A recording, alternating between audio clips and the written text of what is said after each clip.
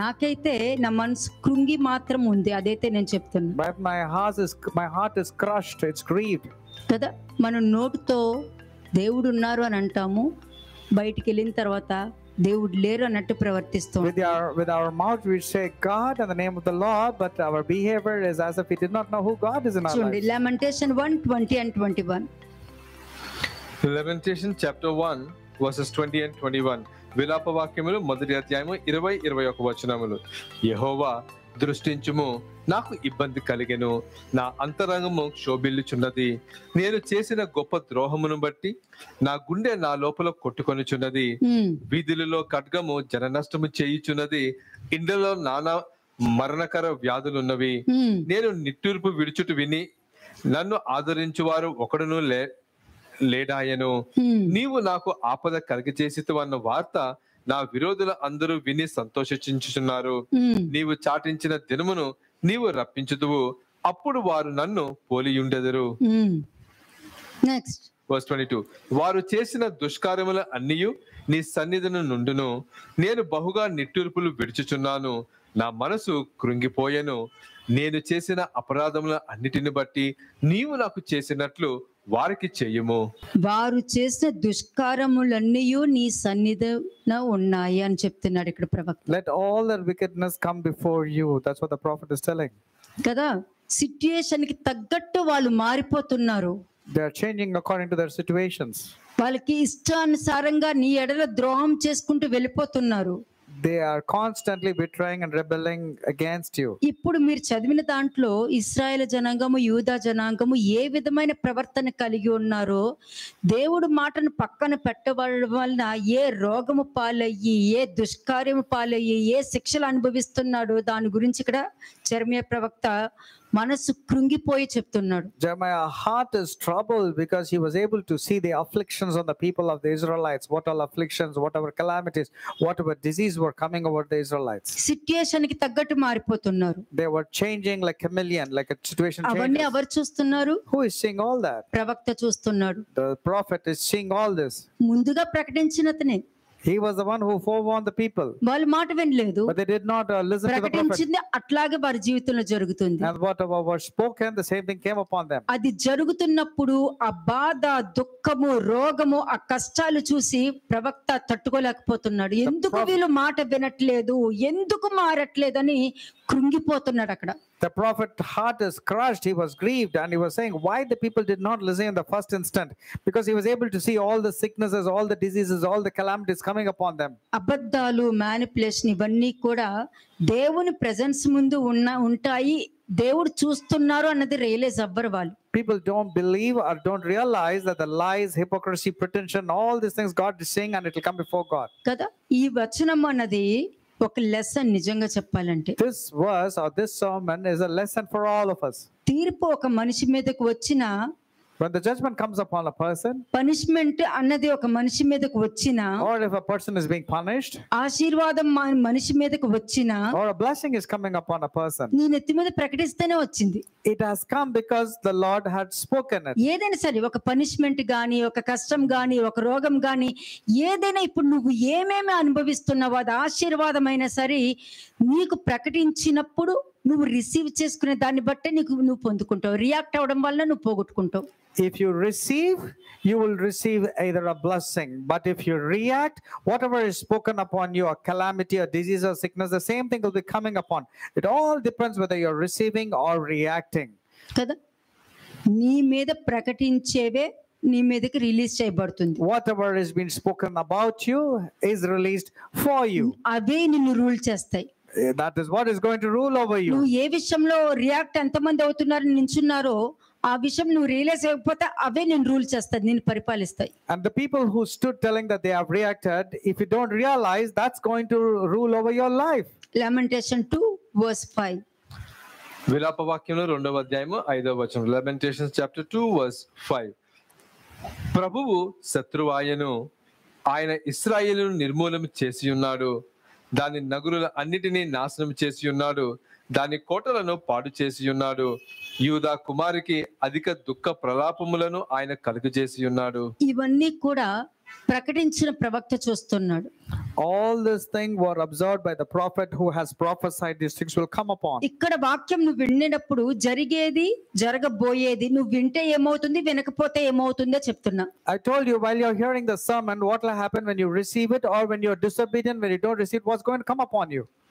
ఇక్కడ ప్రకటించేదే నేను రూల్ చేస్తాయి. అది నువ్వు మర్చిపోయావు అని అంటే ఇంకా కృంగిపోయి ఆడవాలంతే. Whatever is being spoken from the pulpit, if you receive it, the same thing will come upon. But if you reject, the same thing will come upon. So, but the same time, the prophet is being grieved and is fainted. 6వ వచనం. ఒకడు తోటను కొట్టివేయినట్లు తన ఆవరణమును ఆయన క్రూరముగా కొట్టివేసి ఉన్నాడు, తన సమాజ స్థలమును నాశనం చేసి ఉన్నాడు. యెహోవా సియోనులో నియామక కాలము విశ్రాంతి దినము మరువబడినట్లు చేసి ఉన్నాడు. విశ్రాంతి దినము, మనుష్య కుమారుడు విశ్రాంతి దినముకే ప్రభు. అవునా? Jesus Christ is the Lord of Sabbath. Yes or no? మరి ఇక్కడ ఏముంది? But what is mentioned over here? సియోనులో నియామక కాలము విశ్రాంతి దినము మరువబడినట్లు చేసి ఉన్నాడు. కోపావేశుడై రాజును యాజకుని త్రోసివేసి ఉన్నాడు. The Lord has caused the appointed feasts and Sabbaths to be forgotten in Zion. In his burning indignation, he has spurned the king and the priest. మరి ఏమవుతుంది? విశ్రాంతి దినం ఏమైపోయింది? What's happened to the Sabbath that people are celebrating? విశ్రాంతి దినము, విశ్రాంతి దినానికే ప్రభువుని నువ్వు సిలువ వేస్తున్నావా లేకపోతే ఆయన గెలిపిస్తున్నావా? నువ్వు ఆయన రిసీవ్ చేసుకున్నావా ఆయనతో తిరుగుబాటు చేస్తున్నావా? Are you crucifying the Lord of the Sabbath by receiving him, or are you crucifying him by rejecting him? Next verse. How are you doing it? Are you receiving the Lord of Sabbath, or are you rejecting him? Verse 7. అంతే మరి. నువ్వు ఇక్కడ విశ్రాంతి దినమును మరువబడినట్లు అని అంటే నువ్వు దేవుణ్ణి మర్చిపోతున్నావు. నువ్వు You're forgetting the Lord of the Sabbath. That means you're forgetting him. కదా? న్యూ టెస్ట్మెంట్ కి వచ్చేసరికి ఏముంది? విశ్రాంతి దినం ఎక్కడుందో వాక్యం మీరే వెతుక్కుని చెప్పండి. 7th verse చదవండి. 7వ వచనం. ప్రభువు తన బలిపీఠము విన్నాడెను, తన పరిశుద్ధ స్థలమునందు అసహ్యించుకొనెను, దాని నగరుల ప్రాకారములను శత్రువుల చేతికి అప్పగించెను. వారు నియామక కాలమును జనులు చేయునట్లు యెహోవా మందిరమందు ఉత్సాహధ్వని చేసిరి. సియోను కుమారి యొక్క ప్రాకారములను పాడు చేయుటకు యెహోవా ఉద్దేశించెను. అంతే. ఇప్పుడు చెప్పండి, నువ్వు ఏమేమో ఉద్దేశిస్తావు. దేవుడు కూడా ఒకటి ప్రతి మనిషి గురించి ఉద్దేశిస్తారని తెలుసుకుని ఉండాలి కదా. You should know that God also has intents and plans, because you have so many plans and intentions. నేను కూడా యోచించుకున్నాననే వాక్యం వినిపించాను కదా ఒకసారి. I told you that even God has intentions and plans. మరి నీకు నువ్వు ఉద్దేశించుకున్నావు అనుకో, నీ గురించి నేను ఒకటి ఉద్దేశించుకోవాల్సి వస్తుంది. When you have thought for yourself, God definitely has a plan. నువ్వు ఏ విధంగా ప్రవర్తిస్తున్నావో అలాగే నీకు దొరుకుతుంది. As you have behaved, so shall it be to you. నీ దృష్టిలో నువ్వు అన్ని కరెక్టే. In your side, you thought you were right. నీ దృష్టిలో నువ్వు ఆలోచించేది కరెక్టే, నువ్వు పలికేది కరెక్టే, నువ్వు చూసింది కరెక్టే, నువ్వు రిసీవ్ చేసుకున్నది కరెక్టే, అన్ని కరెక్టే. You think everything was right, the way you thought, the way you behaved, and the way you acted. కానీ నా దృష్టిలో అది కరెక్ట్ అవునా కాదా అని కూడా తెలియాలి నీకు. You should know whether it was right in the sight of God or not. ఇంకొకరి మీదకి వెళ్ళినప్పుడు నీకు మధ్యవర్తి ఒకడు ఉన్నాడని గుర్తు పెట్టుకోవాలి కదా. Before you can go to another person, you should know that there is a mediator. మరి మధ్యవర్తిని పక్కకు తీసేసి నిందలు వేయడానికి ఎలా వెళ్తారు? But leaving the mediator aside, how can you go on blaming other person? యోనా జ్ఞాపకం చేసుకున్నాడు. Jonah was able to remember and recognize. యోనా జ్ఞాపకం చేసుకున్నాడు. తన సమస్యలు ఉన్నప్పుడు దేవుడు ఉన్నాడని జ్ఞాపకం చేసుకున్నాడు. Jonah was able to remember God during the time when he was in Sheol or during his problems. మరి అప్పుడు ఏమవుతుంది? జరగబోయేవి వినాల్సి వస్తుంది. Therefore you have to hear whatever is going to come upon you. కదా? అందుకే లాస్ట్ టైమే నేను వాక్యంలో చెప్పా, పూర్వకాలమున జరిగినదే మరలా వచ్చును. I told you in the previous messages that whatever has been spoken of the past will come upon you. కదా? పూర్వకాలమున జరిగినదే చెప్పను లేదా? I told you in the time in the new past. Testament నుండే తీసి చూపించా మీకు. I showed you from the New Testament. పూర్వకాలమున జరిగినదే మరలా వచ్చును అని అంటే పాత నిబంధన కొట్టివేయబడిందని చెప్పుకుంటారా? మరి పూర్వకాలం అంటే ఏంటి? Before Christ. Whatever has been spoken in the prophets, these things will come upon you. నేను రక్షించుకోగలుగుతాను. రక్షించుకోవడానికి నువ్వు నాకు అవకాశం ఇవ్వాలి. I am there to save you, but you need to give indeed a chance. తలుపు కొడితేనే కదా తెరవడానికి అవుతుంది. The door will be open only when you knock. నేను తలుపు దగ్గర కూర్చుని ఉపవాస ప్రార్థన చేస్తా, దేవుడు తలుపు తెరుచుకుని రావాలంటే అవ్వదు. When you are fasting and say God should open the door and come for me, means that's not going to happen.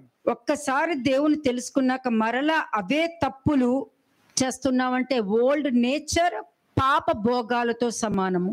After knowing the truth, if you're repeating the same mistakes, it is like your old sinful, lustful desires. మరలా అదే బలహీనతల వైపు తిరుగుతున్నావు అంటే If you're turning back to your old weaknesses, నువ్వు దేవుణ్ణి దేవుడిగా కోరుకోవట్లేదు, దేవుణ్ణి శత్రువుగా కోరుకుంటున్నావు. you're not desiring God to be as God, but you're desiring God to be as in your అదే enemy. ఇశ్రాయేలు జనాంగము యూదా వారు చేసిన తప్పులు, దానికే ప్రవక్త బాధపడింది. That's the blunder of the mistakes of the Israelites and the Judah. That's what is అదే grieving to ప్రవర్తన. Judah, to Jeremiah. అదే ప్రవర్తన సిలువ వేసేటప్పుడు కూడా వాళ్ళు ప్రవర్తించినారు. That is the same kind of behavior they showed even when the prophet was thrown into the lion's den. Romans 2:8-10. Romans chapter 2 versus 8 to 10. రోమిలకు రాసిన పత్రిక 2వ అధ్యాయము 8 నుంచి 10 వచనములు. అయితే భేదములు పుట్టించి సత్యమునకు లోబడక దుర్నీతికి లోబడి వారి మీదకి దేవుని ఉగ్రతయు రౌద్రమును వచ్చును. అయ్యో, ప్రేమ కలిగిన దేవుడు కదా, ఎందుకు వచ్చింది? నమ్ముదామా మరి ఇవన్నీ? Why did indignation and wrath come upon these people? But you say God is only love. What is this verse saying? ఇటువంటి భేదములు కలిగిన వారు ప్రభు భోజనంలో పాలభాగస్తులు అవ్వగలుగుతారా? These kind of people, can they partake in the Holy Communion? వాక్యంలోనే చెప్పాను కదా, I told you in the verse. మీకేమి నేనేం కలపట్లేదు, ఉన్నది ఉన్నట్టే తీసి I am మాట్లాడుతున్నాను. not mixing up the verses. I'm showing the verses which is mentioned. Disputes, అలా చేస్తున్నారేంటి, ఇలా చేస్తున్నారేంటి, అలా అంటున్నారేంటి, ఇలా అంటున్నారేంటి అని అంటున్నావు అంటే నువ్వు దేవుడి రాజ్యంలో లేవు, బయట ఉండి మాట్లాడుతున్నావు. Outline Disputes, quarrels Bible within బయట ఉండి you. మాట్లాడుతున్నావు. You're outside the word of God and you're speaking because that's your own thoughts. అందుకే సత్యానికి లోబడవు. నీ అజంప్షన్ కి లోబడతావు, నీ నెగిటివ్ థాట్స్ కి లోబడతావు, నువ్వు అనుకున్న దానికే నువ్వు లోబడుతున్నావు. అబ్బా, దేవుడిని గెలిపించడం కన్నా మీరు అయితే మాత్రం మిమ్మల్ని మీరు గెలిపించుకుంటున్నారు ఇక్కడ. You're not submitting yourself to the truth. You're not obeying, but you're submitting to your own evil thoughts and wrong things. So therefore, you are victorious. You're not allowing God to be victorious. Next verse. Verse 9. దుష్కార్యము చేయు ప్రతి మనుషుని ఆత్మకు మొదట యూదునికి Greece దేశస్థునికి కూడా శ్రమయు వేదనయు కలుగును. అందరికి To every soul of దుష్కార్యం man. చేసే ఈ ప్రపంచంలో ఎవ్వరైనా సరే పాపము అన్నది చేసిన ప్రతి వారికి శ్రమ వేదనే మిగులుద్ది. Every ఇంట్లో person. సంతోషం ఉండదు, డబ్బు ఉండొచ్చేమో సంతోషం ఉండదు. Every soul, any human being who does evil, whether it's a Jew or a Greek, for sure they'll have tribulation and anguish. You might have money, but you'll not have peace. కానీ మంచివారు కూడా ఉంటారు. Next verse. But there are good people also. Let's see verse 10. సత్క్రియ చేయు ప్రతి వానికి మొదట యూదునికి Greece దేశస్థునికి కూడా మహిమయు ఘనతయు సమాధానమును కలుగును. అంతే, వాళ్ళకున్న ఆశీర్వాదాన్ని ఎవరు దొంగలించలేరు, వారి పిల్లల మంచి ఎదుగుదలని ఎవరు దొంగలించలేరు, వారి తరతరాల ఆశీర్వాదాన్ని ఎవ్వరూ దొంగలించలేరు. No one can snatch సత్క్రియ or చేస్తున్నావా? steal. సత్క్రియ చేసే దాంట్లో విధేయత, లోబడుట ఉంటుంది. If you're workers of doing good, you will have submissive and you will be obedient. వీరే రిసీవ్ చేసుకోగలుగుతారు. These people will receive. Therefore, no one can snatch the blessings from them or from the children or from కానీ the generation. దుష్కార్యం చేసే వాళ్ళు విధేయతగా ఉండరు, దేవుడికి లోబడరు. But the people వాళ్ళు who are the react workers, అవుతారు. the people who are the workers of iniquity, they will not submit themselves to God. They will not be obedient. They are very good in reacting. Lamentation 5:16 and 17. Lamentations chapter 5 verses 16 and 17. విలాప వాక్యములు 5వ అధ్యాయము 16-17 వచనములు. మా తల మీద నుండి కిరీటము పడిపోయెను, మేము పాపము చేసి ఉన్నాము, మాకు శ్రమ, దీని వలన మాకు ధైర్యము చెడియున్నది, సియోను పర్వతము పాడైనది. అంతే, వీళ్ళకి ఏం దొరుకుతుంది?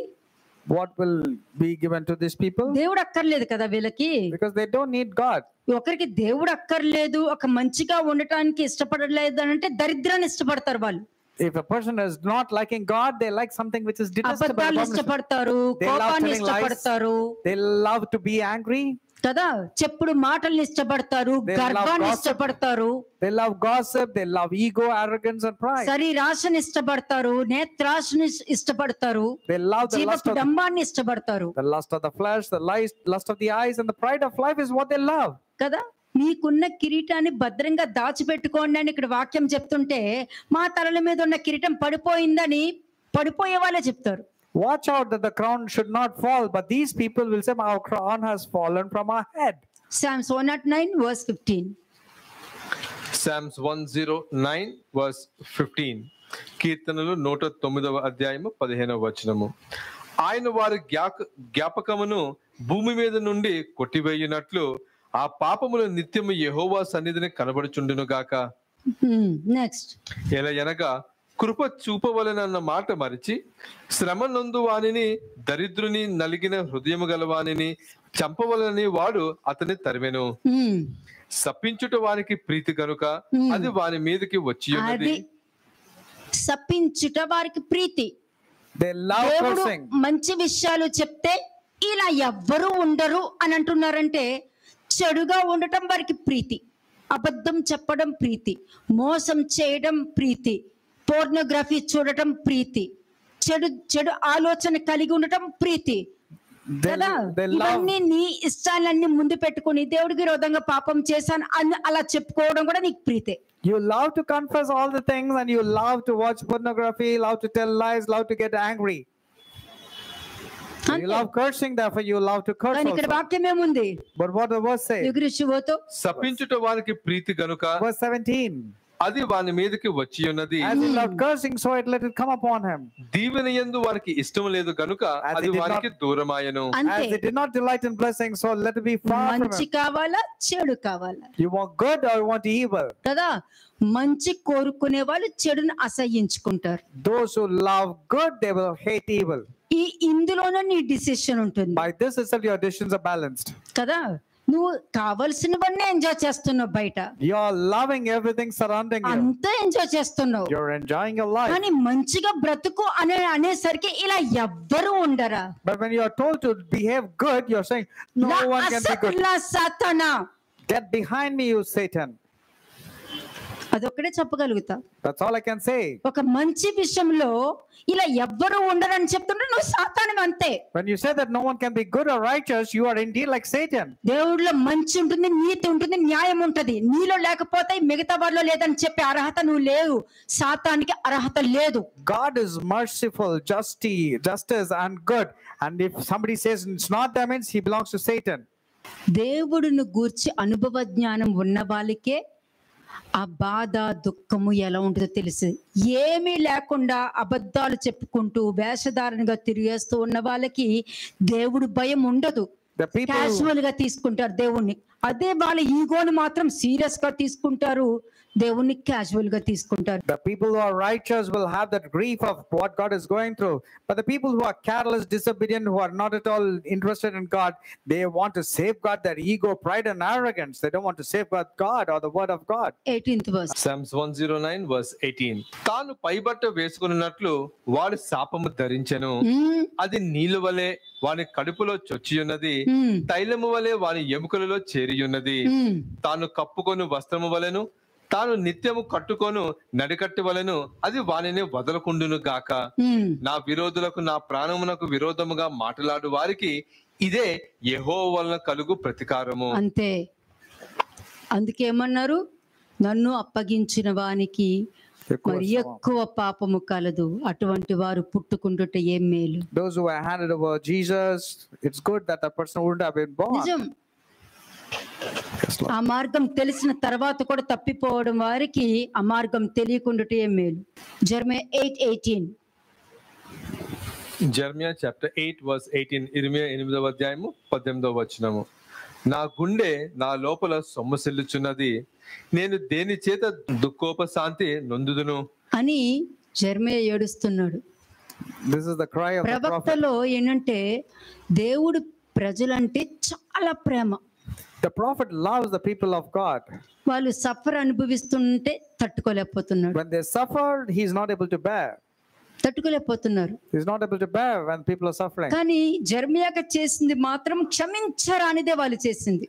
But they cannot be forgiven for what all they did to Jeremiah. అంతే. అంత దుఃఖం అన్నది అతనికి దొరికింది. Jeremiah earned so much of grief and sorrow. అన్ని ఫీలింగ్స్ అతనిలో చూపిస్తున్నాడు అక్కడ. అందుకనే నా మనసు కృంగిపోయిందని చెప్తున్నాడు. Jeremiah was expressing all his grief and sorrow. That's why he said, I would comfort myself in sorrow. My heart is faint in me. Jeremiah 18 verse 1 to 6.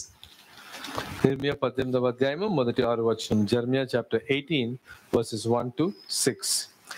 యెహోవా యొద్ద నుండి ఇర్మియాకు ప్రత్యక్షమైన వాక్కు, నీవు లేచి కుమ్మరి ఇంటికి పొమ్ము, అక్కడ నా మాటలు నీకు తెలియజేతును. అయ్యో ఇది ప్రపంచానికే తెలుసు. Everybody knows about this potter and the clay.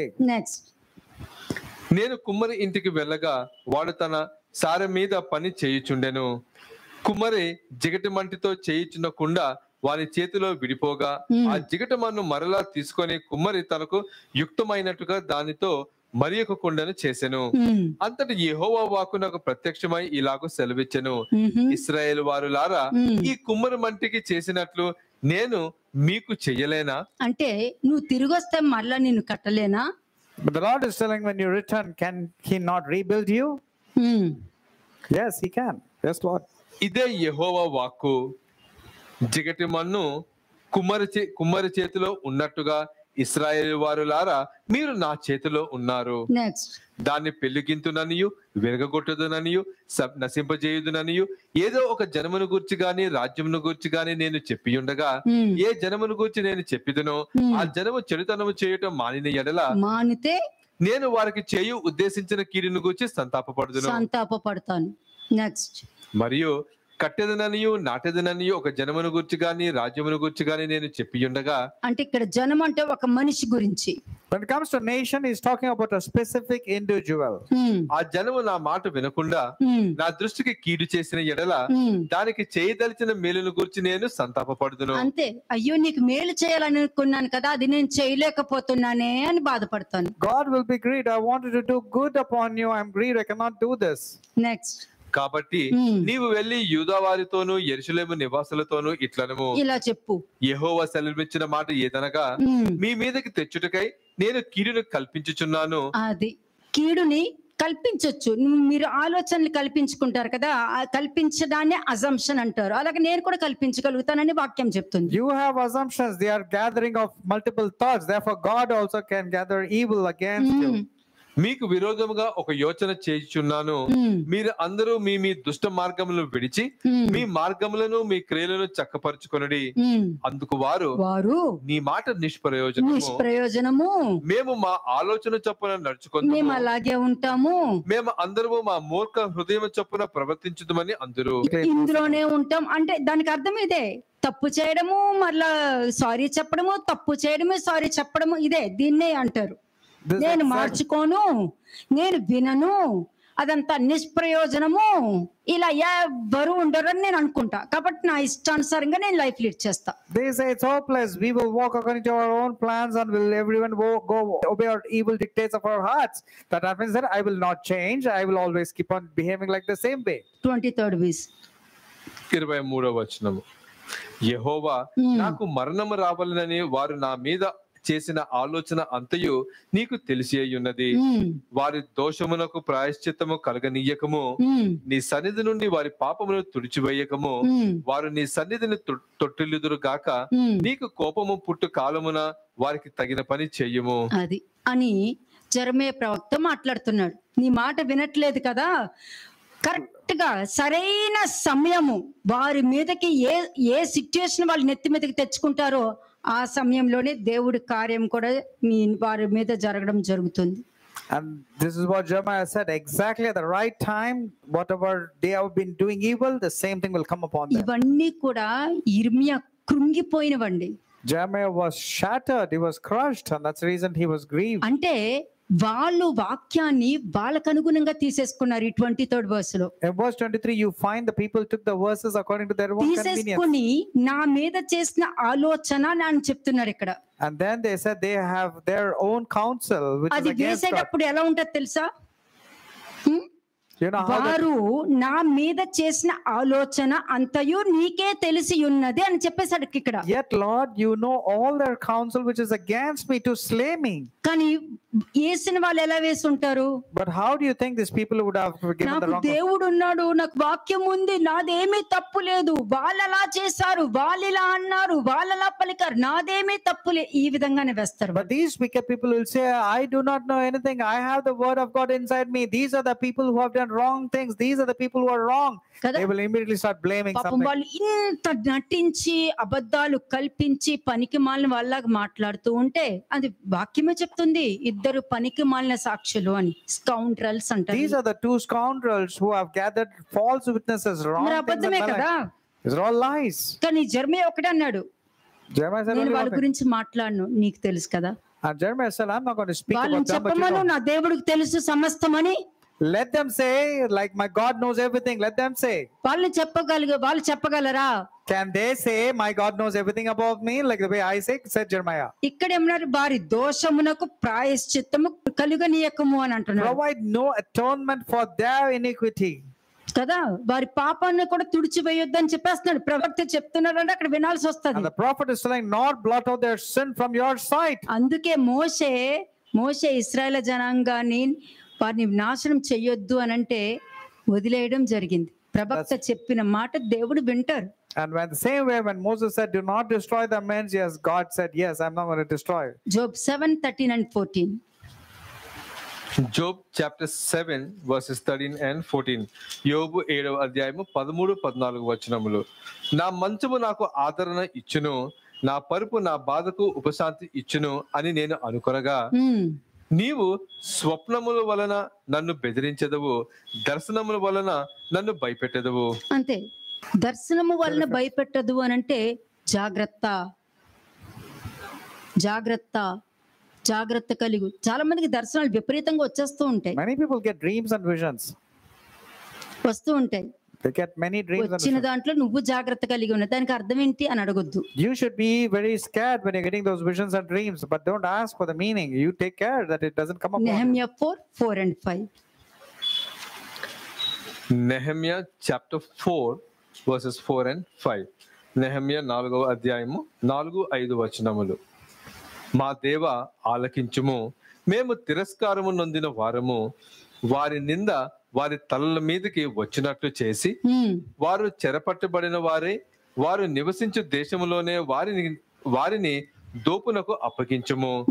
వారు కట్టువారిని బట్టి నీకు కోపము పుట్టించి ఉండిరు గనుక వారి దోషమును పరిహరింపకము, నీ ఎదుట వారి పాపమును తుడిచివేయకము. ప్రతి ప్రవక్త చెప్పుకుంటూ వెళ్ళారండి. అంటే వీళ్ళెవరు తెలుసా? నిజముగా దేవుడితో మంచి సంబంధం కలిగిన ప్రవక్త. These are all prophets who had very good relationship with God. ఇంకా వీళ్ళెవరంటే మరణకరం గల పాపంలోనికి వెళ్తేనే ప్రవక్త యొక్క ఆలోచన విధానం ఈ విధంగా మారుతుంది. When a person's sins go that which leads to death, that's how the prophet's heart are grieved and crushed. Simple గా ఒక మాట చెప్పేదా? Shall I tell you in a very simplified లోకము way? కొరకు నేను రాలేదు, లోకము నుండి ఏర్పరచబడిన వారి కొరకు నేను వచ్చాను అని అంటారు. ఇదొక్కటి John చాలు. chapter 17 very clearly defines that Jesus did not come from the world for those, but those who are separated from the world. Jeremiah 51:35. ఇర్మియా 51వ అధ్యాయము 35వ వచనము. నాకును నా దేహమునకును చేయబడిన హింస బబులోను మీదకి ప్రతీకార రూపముగా దిగును గాక అని సియోను నివాసి అనుకొనును. నా ఉసురు కల్దీయ దేశ నివాసులకు తగులును గాక అని యెరూషలేము అనుకొనును. అంతే. 36th verse. 36వ వచనం. యెహోవా ఇలాగు సెలవిచ్చుచున్నాడు, ఆలకించుము, నీ వ్యాజ్యమును నేను అంగీకరించుదును, నీ నిమిత్తము నేను జరిగించుదును, నీ నిమిత్తము నేనే పగ తీర్చుకొందును, దాని సముద్రమును నేను ఎండకట్టుదును, దాని ఊటను ఇంకిపోజేయుదును. బబులోను. ఇది నిజముగా దేవుడికి ఇష్టంగా జీవించే ప్రవక్త చేసే ప్రతి ప్రార్థన దేవుడు అంగీకరిస్తారు. మనుషుల నుండి వస్తే అది వ్యర్థపరచబడుతుంది. దేవుడి నుండి వచ్చిందంటే నువ్వు దేవుడితో పోరాడుతున్నావేమో. In Acts chapter 5 verses 38 and 39 very clearly says, if this has come from man, it will come to nothing. But if it has come from God, you will be landing yourself fighting against God. ఈ మనుషుల జోలికి పోక వారిని విడిచిపెట్టుడి. Acts 5:38-39. ఈ ఆలోచన అయినను ఈ కార్యమైనను మనుషుల వల్ల కలిగిన దాయన అది వ్యర్థమగును. దేవుని వల్ల కలిగిన దాయన మీరు వారిని వ్యర్థపరచలేరు. మీరు ఒకవేళ దేవునితో పోరాడువారు అవుదురు సుమి. ఇది చాలా సార్లు చెప్పా. I've told you this on many occasions. మీ విశ్వాసము భ్రష్టమైతేనే ఇందులో నుండి మనుషుల నుండి వచ్చిందని మాత్రమే తీసుకుని మాట్లాడతారు. If your faith is wrinkled, only then you will be thinking this has come from man. కదా. ఒక మనిషి నేను తప్పు చేశాను అని చెప్తున్న మనిషి ఆ తప్పు నుండి బయటకు వచ్చావో లేదో తెలుసుకోవాలి ఫస్ట్ నువ్వు. If a person is saying that I've come out of the sin, you should really know whether he's really come out of the sin or not. ఇక్కడ నేను తప్పు చేశాను అన్న చోటనే అయిపోయింది, నీ చాప్టర్ పక్కకి వెళ్ళిపోయింది. The moment you said I have sinned means your chapter is gone aside. ఒక్కసారి నువ్వు తప్పు చేసినట్టు నువ్వు నోటితో ఒప్పుకున్న తర్వాత మిగతా వాళ్ళ మీద నిందలు వేసే అర్హత నీకు లేదు. నువ్వు ఆల్రెడీ అధికారం పోగొట్టుకున్నావు, ఎందుకంటే తప్పు చేసావు అన్నది నువ్వు ఒప్పుకుంటున్నావు. When you're realizing that you have sinned, therefore you don't have any right or eligibility to blame others. కాబట్టి ముందు ఆ తప్పును సరిదిద్దుకోవడానికి చూడాలి, కానీ నేను తప్పు చేశాను కానీ వాళ్ళు ఇలా చేశారని చెప్తున్నావు అని అంటే నువ్వు పాపము నుండి అధిక పాపమునికి వెళ్తున్నావు అనేది నువ్వు జ్ఞాపకం చేసుకో. But when you say I have sinned but they have done like this, means you remember that you have added sin upon sin. మరలా కట్టాలి కదా మిమ్మల్ని. I have to rebuild you again. Shalom అలైకుం.